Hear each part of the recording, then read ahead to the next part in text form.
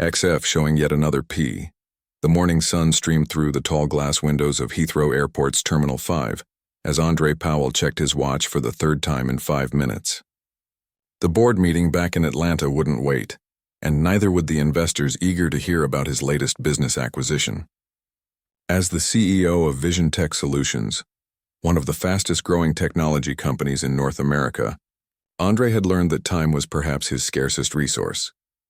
Final boarding call for Transglobal Airlines Flight 347 to Atlanta, the announcement echoed through the terminal, prompting Andre to gather his carry-on luggage and make his way to the gate.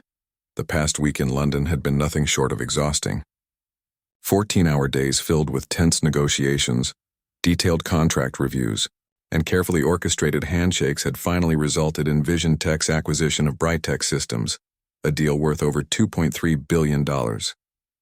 The acquisition would expand Vision Tech's reach into the European market and add critical patents to their growing technological portfolio. Andre straightened his tailored navy suit as he approached the gate. Despite his fatigue, he maintained the polished appearance that had become part of his professional identity. At 42, he had already achieved what many executives spent lifetimes pursuing. The business magazines called him a wonder kid of the tech industry, though he had long since outgrown the kid part of that title. "Good morning, sir. Boarding pass, please," the gate agent said with a practiced smile. Andre handed over his phone displaying the digital boarding pass. The agent's eyes lingered on the first-class designation before nodding professionally. "Thank you, Mr. Powell. Enjoy your flight." The jetway stretched before him like a portal back to his other life, the life of board meetings, product launches, and shareholder expectations. For a moment, Andre felt the familiar weight of responsibility settle on his shoulders. Over 5,000 employees depended on his leadership and decision-making. The Brightech's acquisition alone would add another 700 to that number. As Andre stepped onto the aircraft, a flight attendant greeted him with the same rehearsed pleasantness he had grown accustomed to. "Welcome aboard, sir. First class is to your right." The first class cabin was already half full with business travelers like himself, men and women stealing precious minutes to review presentations or send last-minute emails before being forced to switch their devices to airplane mode. Andre located his window seat, 2A, and stored his carry-on in the overhead compartment. He settled into the wide leather seat with a quiet sigh of relief. First class on Transglobal was one of the few places where Andre could truly isolate himself from the constant demands of his position. No unexpected office drop-ins, no emergency calls from department heads, just a few peaceful hours suspended above the Atlantic. "Can I offer you a pre-departure beverage, sir?" A different flight attendant appeared at his side with a tray of options. "Just water, thank you," Andre replied, accepting the crystal glass. As the remaining passengers filed past toward the main cabin, Andre pulled out his tablet. The screen lit up with dozens of new notifications. His executive assistant had organized them into categories: urgent, important, and standard. Even after a week away, there were only 3 labeled urgent, a testament to the capable team he had built around him. The first urgent message was from his chief financial officer about the final transfer of funds for the Brightech's acquisition. The second was from his chief technology officer outlining integration plans for Brightech's research and development team. The third was from the board chairperson confirming the emergency meeting scheduled for 6 hours after his landing in Atlanta. Andre scrolled through the important messages next, pausing on one from his daughter. She had sent a photo of her science fair project with the caption, "First place. Wish you could have been here, Dad." Andre felt the familiar pang of guilt that accompanied his frequent absences from home. He quickly typed a response. "So proud of you. Can't wait to see it when I get back. We'll celebrate this weekend." The aircraft doors closed with a heavy thunk and the safety demonstration began. Andre put his tablet away and gazed out the window at the ground crew scurrying about their duties. His mind wandered back to his own humble beginnings, starting as an intern at a small software company right out of college, working nights coding in his tiny apartment, launching his first startup that failed within 8 months, and then rebuilding from scratch. Vision Tech hadn't been an overnight success. It took 7 years of careful growth, strategic partnerships, and calculated risks before industry analysts began to take notice. Andre remembered the early days when he couldn't get appointments with investors who now eagerly returned his calls. The memory brought a small smile to his face. The powerful engines roared to life, pushing Andre gently back into his seat as the plane accelerated down the runway. As they lifted off, London's sprawling landscape unfolded beneath them. The Thames River snaking through the city like a silver ribbon, the distinctive shape of the Tower Bridge, and the London Eye standing tall against the horizon. When they reached cruising altitude, Andre reclined his seat slightly and closed his eyes. He needed to be sharp for the board meeting. The Britex acquisition would be scrutinized from every angle, and he needed to defend the decision with clear data and strategic vision. What the board didn't know yet was that Andre had bigger plans beyond Britex. The European company was just one piece of a larger puzzle he was assembling. Within the next 3 years, he aimed to position Vision Tech as a global leader in artificial intelligence solutions for healthcare, a market projected to reach $45 billion by the decade's end. The gentle ding of the seatbelt sign, turning off, interrupted his thoughts. Around him, the first-class cabin came to life as passengers adjusted their seats and flight attendants prepared for the initial service. Andre opened his eyes and pulled out the leather portfolio from his briefcase.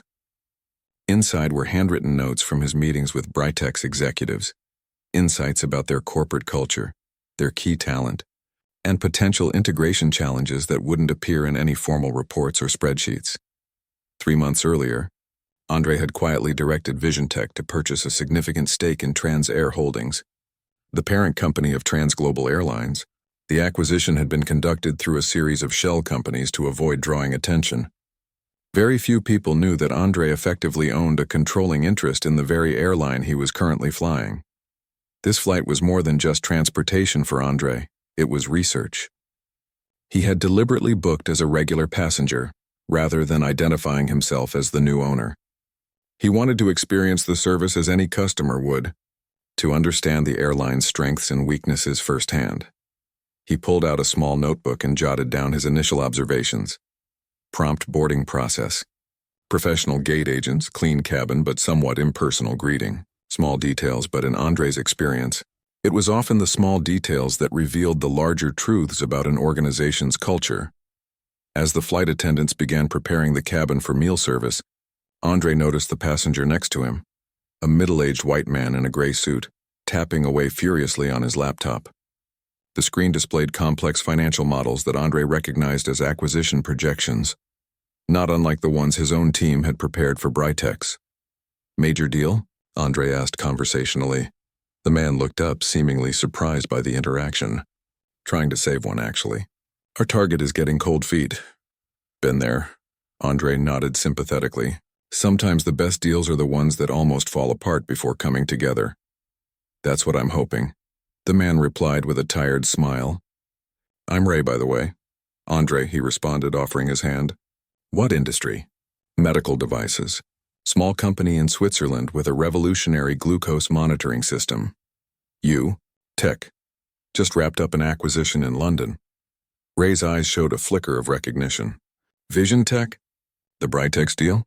Andre nodded, unsurprised. The business press had been speculating about the acquisition for weeks. "Impressive move," Ray said. "That neural processing technology they developed could transform your product line." "That's the plan," Andre acknowledged. He was used to being recognized in business circles, though he preferred to maintain a relatively low profile in his personal life. Their conversation was interrupted as flight attendants began the meal service. The aroma of freshly warmed bread and grilled chicken filled the cabin. Andre observed the service carefully, noting the efficiency of the crew and their interactions with passengers. As he watched the flight crew work, Andre contemplated the changes he would implement at Transglobal once his ownership became public knowledge. The airline was profitable, but had been losing market share to competitors with better customer service ratings. His vision was to transform it into an industry leader in passenger experience, a change that would require significant investment in both technology and staff training. The plane hit a pocket of turbulence, causing the seatbelt sign to chime back on. Andre secured his papers and looked out at the vast expanse of clouds below. Somewhere between London and Atlanta, between the deal he'd just closed and the challenges awaiting him at home, There was tea. His moment of suspended animation. A rare pocket of time to reflect on the journey that had brought him here and the path that lay ahead. Little did he know that this routine transatlantic flight would soon become anything but ordinary, and his decision to fly incognito would reveal aspects of his latest business acquisition that no financial report or executive summary could have shown him. 2 hours into the flight, Andre had managed to review most of the quarterly reports he'd missed during the London negotiations. The cabin lights dimmed slightly, signaling the start of the meal service. The rich aroma of freshly prepared food wafted through the first-class cabin as flight attendants emerged from the galley with elegant carts. "Would you prefer the beef tenderloin or the herb-roasted chicken, sir?" the flight attendant asked the passenger across the aisle from Andre, a white-haired man in a beige suit. "The beef, please," the man replied, and was promptly presented with a white cloth-covered tray, complete with fine china and actual silverware. Andre watched as the attendant worked her way methodically through the cabin. He observed her interactions with each passenger, the pleasant smile, the attentive service, the careful placement of each meal. He made mental notes about the quality of service, part of his discreet evaluation of the airline he now partially owned. The attendant served the businessman seated beside Andre, who chose the chicken option, and then, to Andre's surprise, she simply pushed her cart past him without a word or even a glance. Andre looked up from his tablet, waiting for her to realize her mistake and return. But she continued down the aisle, serving the next set of passengers. Andre raised his hand slightly. "Excuse me," he called out politely. The flight attendant turned around, her expression barely masking her annoyance at being called back. "Yes? I haven't been offered a meal yet," Andre said, keeping his tone friendly and professional. The attendant's eyes flickered over him briefly. "I'll be back," she said curtly before turning away to continue serving the remaining passengers. Andre returned to his tablet, though he found it harder to concentrate on the financial projections now. 10 minutes passed. The smell of the meals being enjoyed by those around him filled the cabin. Still, no one returned to take his order. When the attendant passed by his row again, Andre tried once more. "Excuse me, I still haven't received my meal." The woman paused, her smile thin and forced. "I'm sorry, sir, but it seems we've run out of the first-class meals. We might be able to offer you something from the main cabin once that service is complete." Andre looked around. Every other passenger in first class had been served, including those seated after him. 2 empty seats at the back of the first-class cabin had meals waiting on their trays, presumably for passengers who were asleep or in the restroom. "I can see there are still meals available," he said, gesturing toward the untouched trays. "Those are reserved," the attendant replied dismissively. "As I said, we can check what's available from the main cabin service later." The businessman next to Andre, who had been listening to the exchange, looked uncomfortable.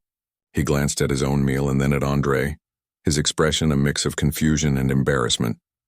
"This is highly unusual," Andre said, his voice calm but firm. "I'd like to speak with the lead flight attendant, please." "She's busy with the main cabin service right now," the attendant replied. "You'll need to be patient." With that, she turned and walked away, leaving Andre staring after her in disbelief. The businessman beside him leaned over. "That was completely inappropriate," he said quietly. "Would you like some of mine? I'm not that hungry anyway." "Thank you, but that's not necessary," Andre replied. "I appreciate the offer, though."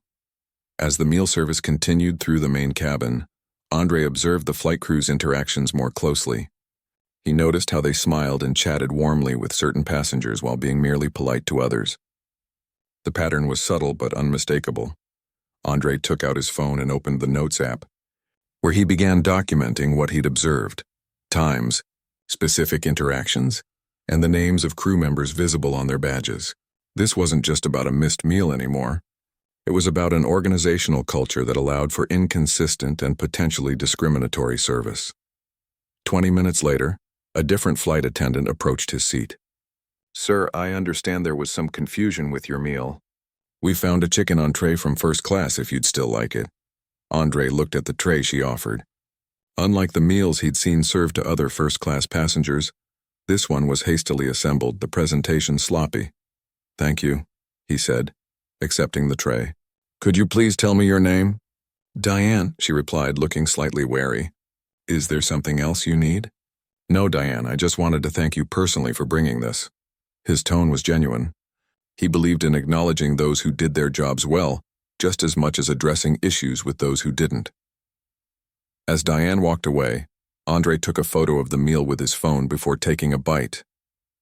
The chicken was cold in the center, clearly not heated properly. He ate what he could, more out of necessity than enjoyment.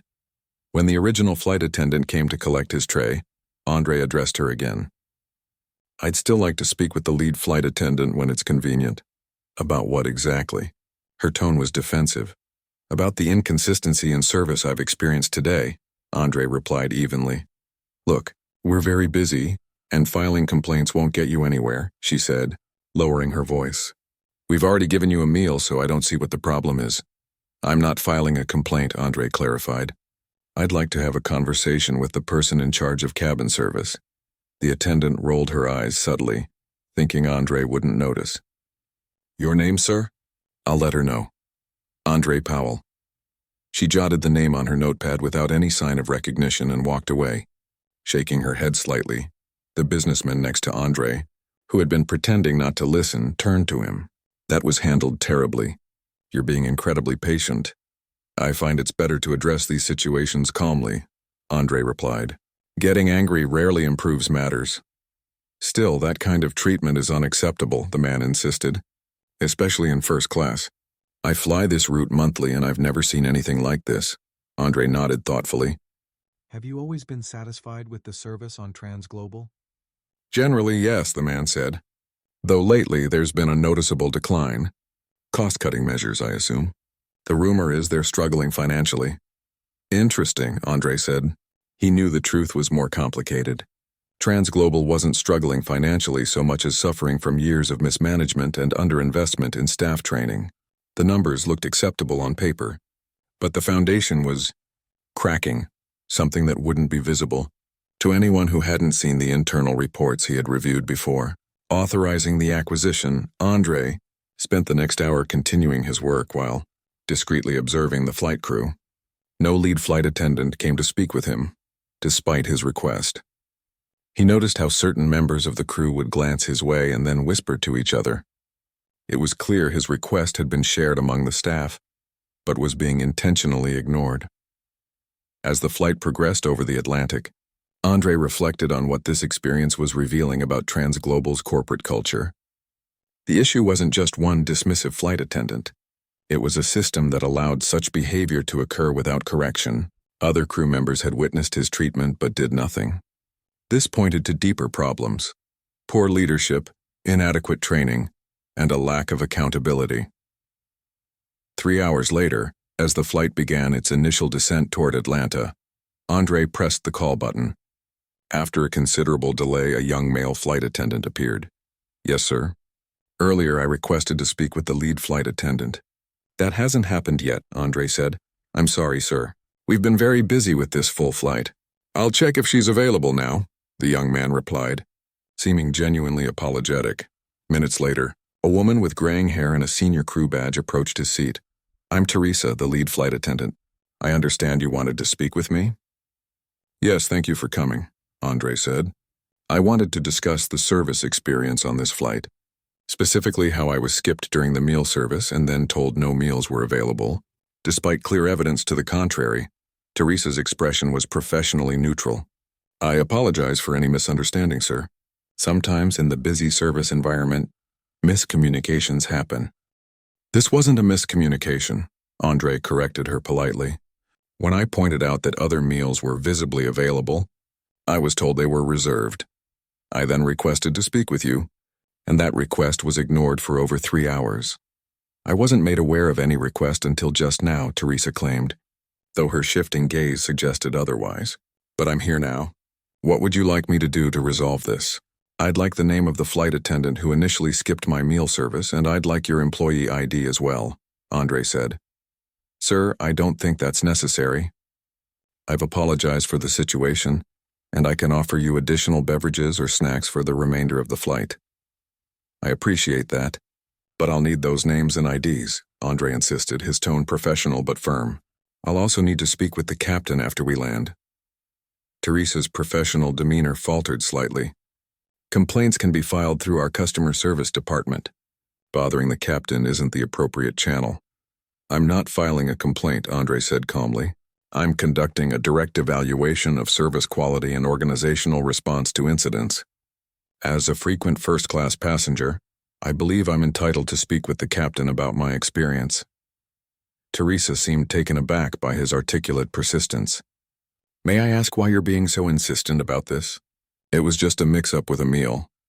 Andre reached into his jacket pocket and pulled out a business card. He handed it to Teresa, whose eyes widened as she read it. You're the CEO of Vision Tech Solutions, she said, her voice suddenly much quieter. Yes, Andre confirmed. And as of 3 months ago, Vision Tech is the majority shareholder of Transair Holdings, which, as you know, is the parent company of this airline. The color drained from Teresa's face as the implications became clear. Mr. Powell, I had no idea. I'll arrange for you to meet with the captain immediately upon landing. Thank you, Teresa. That would be appreciated. As she hurried away, the businessman next to Andre let out a low whistle. Well, that explains why you were so calm about all this. You were evaluating your own airline. Andre smiled slightly. Sometimes the best way to understand a company's culture is to experience it as a customer. Today has been enlightening. The aircraft began its final approach to Atlanta, and Andre looked out at the sprawling city below. What had started as a routine flight had turned into something much more significant. A first-hand glimpse into problems that no executive report could have captured so clearly. And now, difficult decisions awaited him on the ground. The aircraft touched down at Hartsfield-Jackson Atlanta International Airport with a gentle bump, the tires releasing a puff of smoke as they made contact with the runway. Andre felt the familiar push back against his seat as the plane decelerated. Outside his window, the sprawling airport, the busiest in the world, stretched out across the Georgia landscape. Word had spread quickly among the flight crew after Teresa's discovery. Andre noticed the sudden change in demeanor among the attendants. The same people who had ignored or dismissed him earlier were now hovering nearby, offering drinks, pillows, anything they could think of to erase the previous 3 hours of neglect.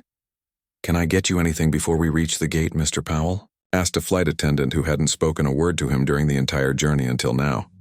No, thank you, Andre replied, keeping his tone professional. I'm fine.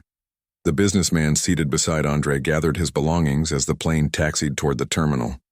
Well, this turned out to be more entertaining than the in-flight movie, he said with a wry smile. I've never seen a crew change their tune so quickly. Andre nodded.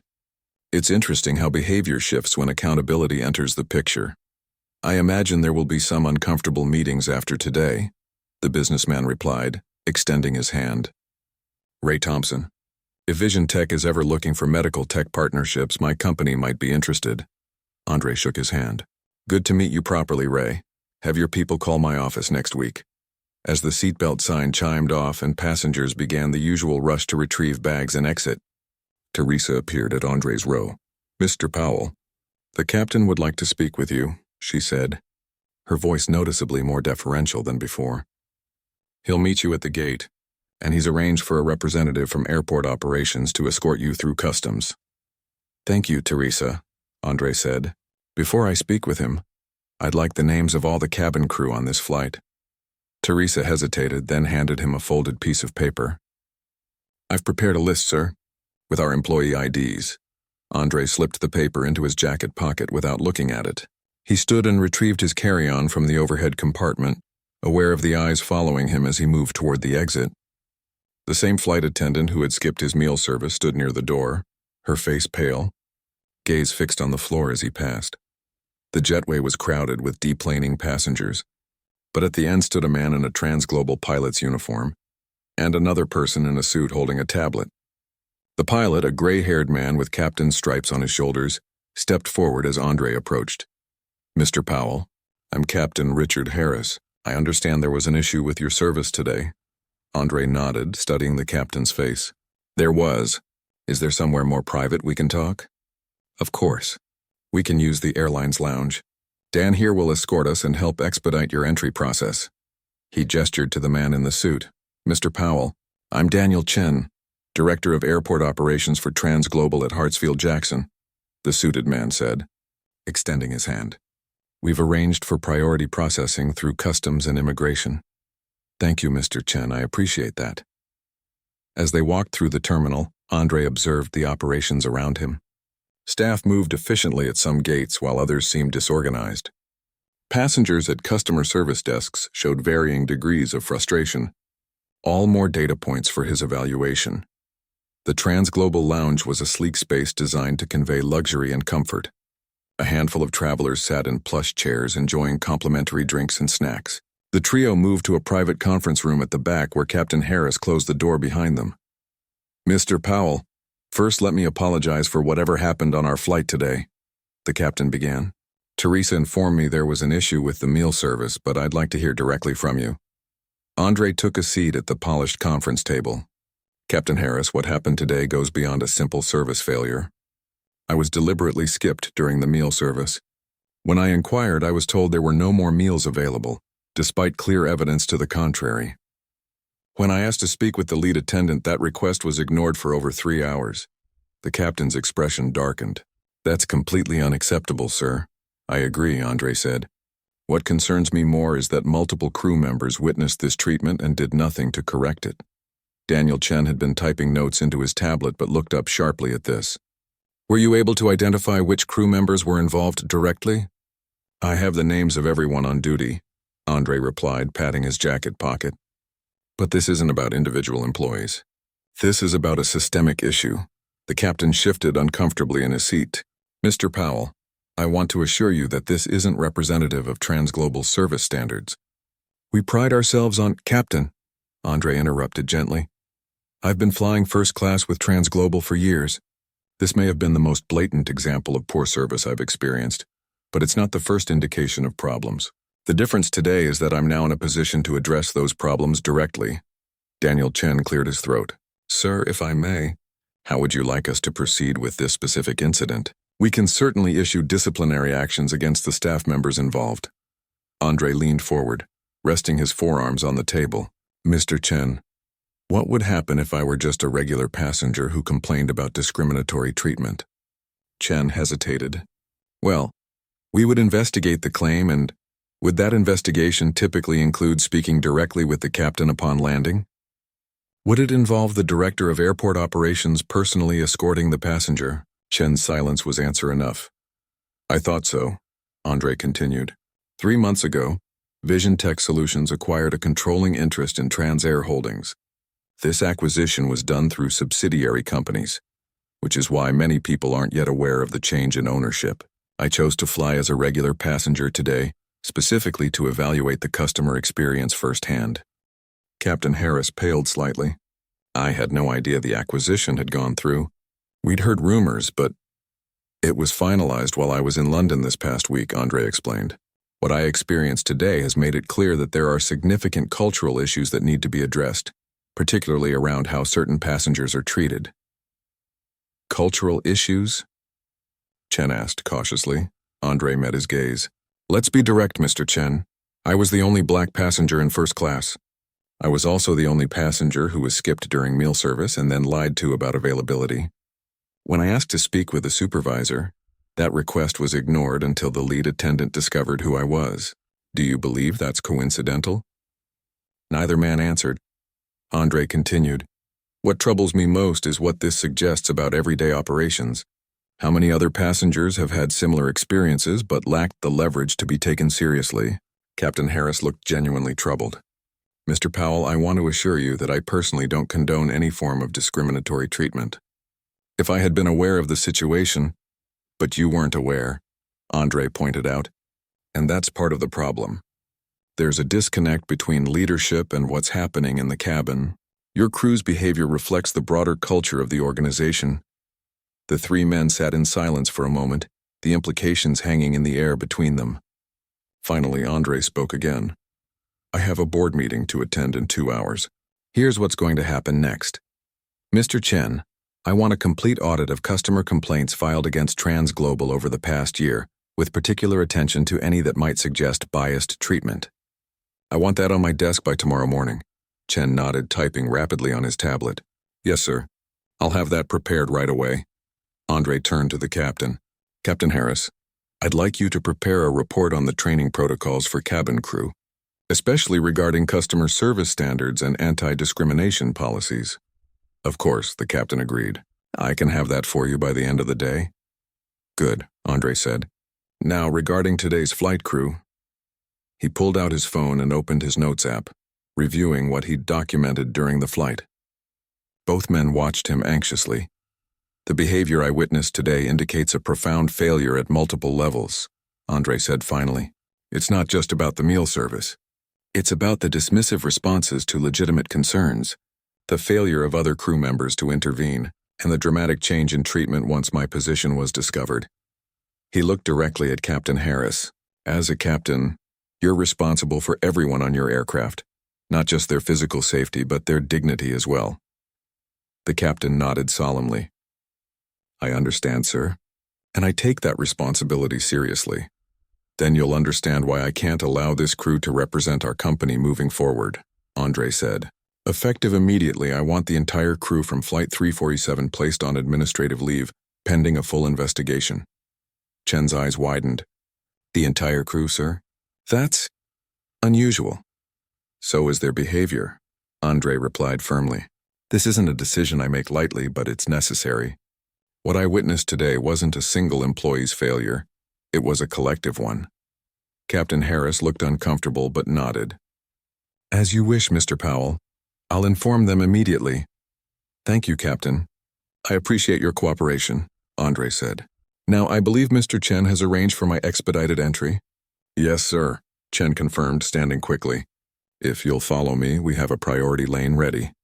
As they left the conference room, Andre noticed several flight attendants from his flight gathered near the lounge entrance. They fell silent as he approached, their expressions a mix of worry and realization. Teresa, the lead flight attendant, stepped forward hesitantly. Mr. Powell, I just wanted to say again how sorry I am for what happened. If there's anything I can do— Andre stopped, regarding her thoughtfully. Teresa, do you believe what happened today was acceptable? She shook her head. No, sir. It wasn't. Did you see it happening? She hesitated, then nodded reluctantly. I became aware of the situation, yes. And yet you only addressed it when you learned who I was, Andre observed. That's the problem right there. Good service shouldn't depend on a passenger's title or position. He turned to address the entire group of flight attendants. What happened today wasn't just a service failure. It was a failure of basic human decency and professional responsibility. Each of you will be on administrative leave while we conduct a thorough investigation. What happens next will depend on the findings of that investigation. Without waiting for their response, Andre continued walking with Daniel Chen toward immigration. Behind him, he could hear the murmur of shocked voices as the reality of the situation sank in. Chen glanced at him as they walked. That was decisive. Sometimes clarity is kindness, Mr. Chen. False reassurances don't help anyone improve. Andre checked his watch. Now, about that expedited processing, I have a board meeting to prepare for, and it seems I now have an airline situation to address as well. The Vision Tech headquarters dominated the Atlanta skyline, its glass exterior reflecting the late afternoon sun. Andre's private car pulled into the underground parking garage precisely 45 minutes before the emergency board meeting was scheduled to begin. Despite the events on the flight and at the airport, he had maintained his schedule, a testament to the discipline that had helped him build his company from nothing. Welcome back. Mr. Powell, his executive assistant Lee, greeted him as he stepped off the private elevator onto the executive floor. Lee handed him a tablet with the meeting agenda already open.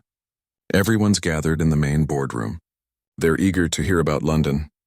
Thank you, Lee. Any urgent messages while I was in the air? Nothing that couldn't wait, Lee replied, falling into step beside him as they walked down the hallway.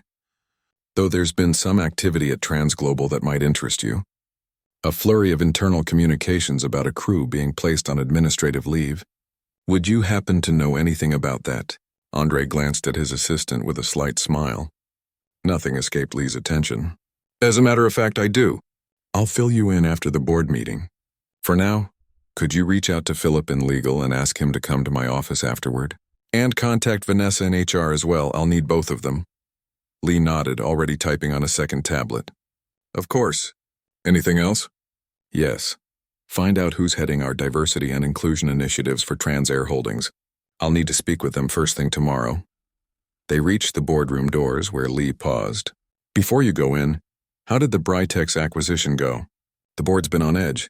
Andre straightened his tie. It went exactly as planned, though today has made it clear we need to pay even closer attention to corporate culture during acquisitions. Lee raised an eyebrow, but knew better than to press for details before a board meeting. Good luck in there. I'll have everything arranged for after. The boardroom fell silent as Andre entered. 12 faces turned toward him expectantly, the men and women who helped oversee Vision Tech's growing empire. The chairman, Dr. William Park, a distinguished former tech executive in his 60s, stood to greet him. Andre, welcome back. We're eager to hear about London. Thank you, Bill, Andre replied, taking his seat at the head of the table. Before we dive into Britex, I'd like to address something that happened today which directly impacts our Transair Holdings acquisition. Interest rippled around the table. The Transair purchase had been one of Vision Tech's more controversial moves, representing their first major step outside the technology sector. As you know, Andre continued, I believe in experiencing our acquisitions as a customer whenever possible. Today I flew Transglobal Airlines from London as a regular passenger in first class. What I witnessed was troubling to say the least. Over the next 15 minutes, Andre detailed the events of the flight, the discriminatory service, the dismissive responses to his concerns, and the dramatic change once his identity was revealed. The board members listened with expressions ranging from shock to outrage. I've placed the entire flight crew on administrative leave pending investigation, he concluded. But this incident points to deeper cultural issues within Transair that we need to address promptly. Catherine Wong, head of the board's ethics committee, was the first to respond. This is exactly the kind of situation we worried about when venturing outside our core business. Airlines have notoriously complex cultures. I agree, Andre said, but that's precisely why it's important that we got involved. Transglobal has the infrastructure and market position to be industry-leading. What it lacks is the right culture and leadership. Thomas Rivera, the board's financial expert, leaned forward. Andre, I support addressing this incident firmly, but we need to be careful about broader actions that might disrupt operations. Transair represents a significant investment. I understand the concern, Thomas, Andre replied, but consider this. What happened to me today has likely happened to countless other passengers who didn't have the power to demand accountability. Each of those incidents represents damage to the brand and, by extension, to our investment. Fixing the culture isn't just ethically right, it's financially necessary. The board discussion continued for another 30 minutes, eventually shifting to the Britex acquisition. Andre presented the details of the deal, explaining how the European company's neural processing technology would integrate with Vision Tech's existing product line. Despite the earlier tension, the board unanimously approved the final terms of the acquisition. As the meeting concluded, Dr. Park pulled Andre aside. That was quite a first day back, he said. Do you need any board support for the Transair situation? Not yet, Andre replied. But I'll keep you updated. This needs to be handled carefully. I trust your judgment, Dr. Park said. Just remember, sometimes making an example can create fear rather than change. You want to transform their culture, not just punish individuals. Andre nodded thoughtfully. That's exactly what I'm planning, Bill. This isn't about punishment, it's about setting a new standard. After the board dispersed, Andre returned to his office where Philip from legal and Vanessa from HR were waiting. Lee had also arranged for dinner to be delivered, knowing Andre hadn't had a proper meal since the flight. Thank you both for coming on short notice, Andre said, gesturing for them to take seats at his conference table. We have a situation at Transglobal Airlines that needs immediate attention. Over the next hour, Andre briefed them on what had happened and his immediate response. Philip, a meticulous attorney with 20 years of experience, took detailed notes while occasionally asking clarifying questions. Vanessa, who had built Vision Tech's renowned human resources department from the ground up, listened with growing concern. So, to be clear, Philip said when Andre finished, you've already placed the entire crew on administrative leave? Yes, Captain Harris should have notified them by now. That's going to create some immediate operational challenges, Philip noted. They'll need to reassign personnel. I'm aware, But I felt it was necessary. Vanessa leaned forward. Andre, from an HR perspective, I support the decisive action. What concerns me is what comes next. If we simply fire them all without addressing the underlying issues, we'll just end up with different people perpetuating the same problems. Exactly, Andre agreed. That's why I want to use this as a catalyst for broader changes. Philip, what are our legal options regarding the crew? The lawyer tapped his pen thoughtfully against his notepad. We have grounds for termination based on discriminatory treatment of a passenger. However, Vanessa's right. Simply firing them won't solve the systemic issues. There's also the union to consider. Airline staff are highly unionized, which complicates immediate termination. What if we offered an alternative? Andre suggested. Rather than outright termination, what if we required comprehensive retraining and a probationary period? Those who demonstrate a genuine commitment to change could be reinstated. Vanessa nodded slowly. That could work. It sends a clear message about consequences while offering a path to redemption. It's constructive rather than just punitive. There's something else to consider, Philip added. The publicity angle. If this story gets out, and it likely will, how do we want to position it? Andre considered this for a moment. We don't hide from it. In fact, we get ahead of it. We announce a comprehensive overhaul of TransGlobal's training and service standards, using this incident as the catalyst, but not the focus. A reset of the corporate culture, Vanessa mused. That's ambitious, but necessary, Andre insisted. What happened today wasn't just about one crew or one flight. It reflects entrenched attitudes that need to change if TransGlobal is going to thrive under our ownership. They spent the next 2 hours drafting a comprehensive plan. Philip outlined the legal framework for the crew's administrative leave and potential paths forward. Vanessa developed the outline for a new training program focused on inclusive customer service. Andre added his vision for broader cultural changes throughout Transair Holdings. By the time they finished, it was after midnight. The Atlanta skyline glittered beyond Andre's office windows, a reminder of how far he had come from his humble beginnings. Get some rest, both of you, Andre said as they gathered their materials. Tomorrow's going to be busy. Vanessa, I'd like you to come with me to TransGlobal's headquarters in the morning. Philip, have the paperwork ready for the crew by noon. After they left, Andre remained at his desk, reviewing the customer complaint audit that Daniel Chen had already sent over. The patterns were exactly as he'd suspected, subtle but consistent disparities in how different passengers were treated. Complaints from minority passengers were more likely to be dismissed as misunderstandings, rather than addressed as legitimate concerns. His phone buzzed with a text from Lee. Early media inquiries coming in about crew changes at TransGlobal. Nothing specific yet, but reporters are asking questions. How do you want to handle? Andre wasn't surprised. News traveled fast in the airline industry. He texted back, schedule a press conference for tomorrow at 2 p.m. We're getting ahead of this. He leaned back in his chair, reflecting on the day's events.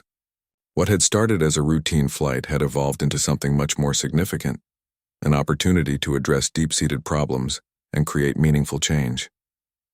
The decision to place the entire crew on administrative leave had been just the beginning. Tomorrow would bring new challenges. The crew would be reeling from the sudden action. TransGlobal executives would be scrambling to understand their new owner's expectations. The media would be hunting for details of what happened. But tonight, looking out at the city he'd made his home, Andre felt a sense of clarity. Throughout his career, he'd faced obstacles that others hadn't.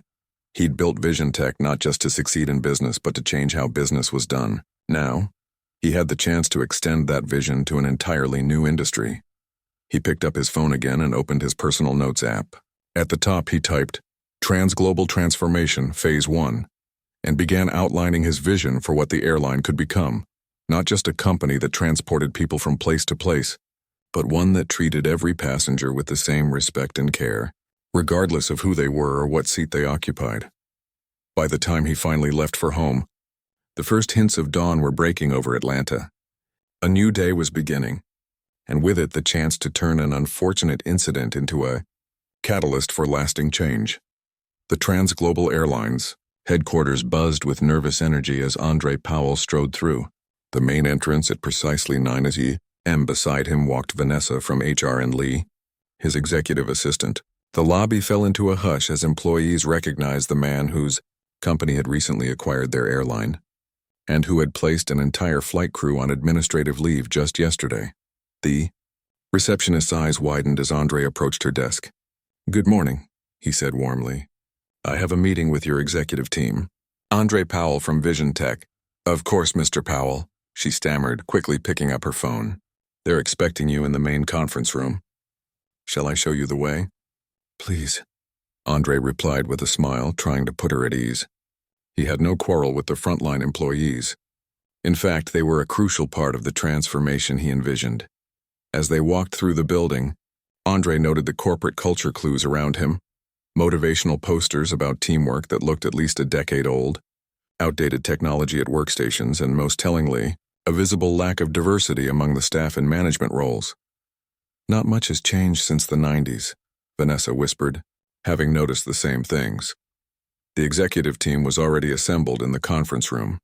8 people, 7 of them white men over 50, and 1 white woman who appeared to be in her 40s. They stood nervously as Andre entered. "Mr. Powell, welcome to TransGlobal," said Gregory Wilson, the CEO who had been running the airline for the past 7 years. "We're honored to have you visit our headquarters." Andre shook hands with each person around the table, making mental notes about their grips, eye contact, and demeanor. First impressions told him a lot about people. "Thank you for accommodating us on such short notice," and said as they all took their seats. "I'm sure you've heard about what happened on Flight 347 yesterday."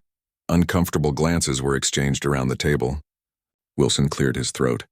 "Yes, and we want to assure you that the incident doesn't reflect our company values or service standards."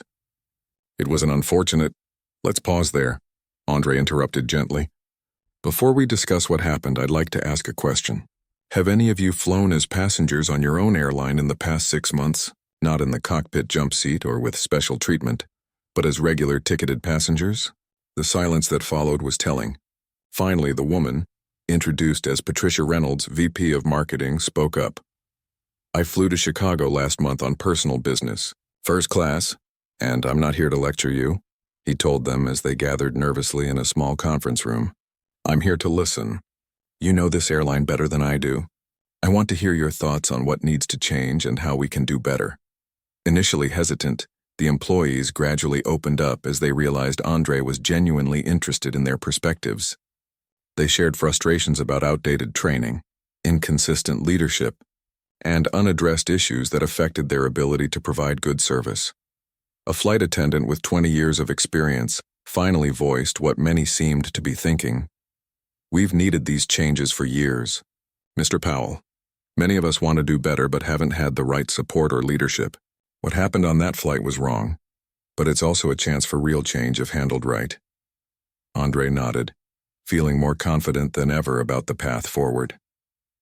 "That's exactly how I see it too." 6 months later, Andre stood in the first-class cabin of a TransGlobal flight from New York to Los Angeles. He was again traveling as a regular passenger, though this time his identity was harder to disguise given the publicity of the past months. The transformation of TransGlobal had not been easy. There had been resistance, setbacks, and moments when Andre questioned whether such entrenched cultural issues could truly be changed. But standing in that cabin, watching the diverse flight crew work with professional excellence and genuine warmth toward every passenger, he felt a sense of accomplishment. The flight attendant who approached him now was part of the original crew from Flight 347.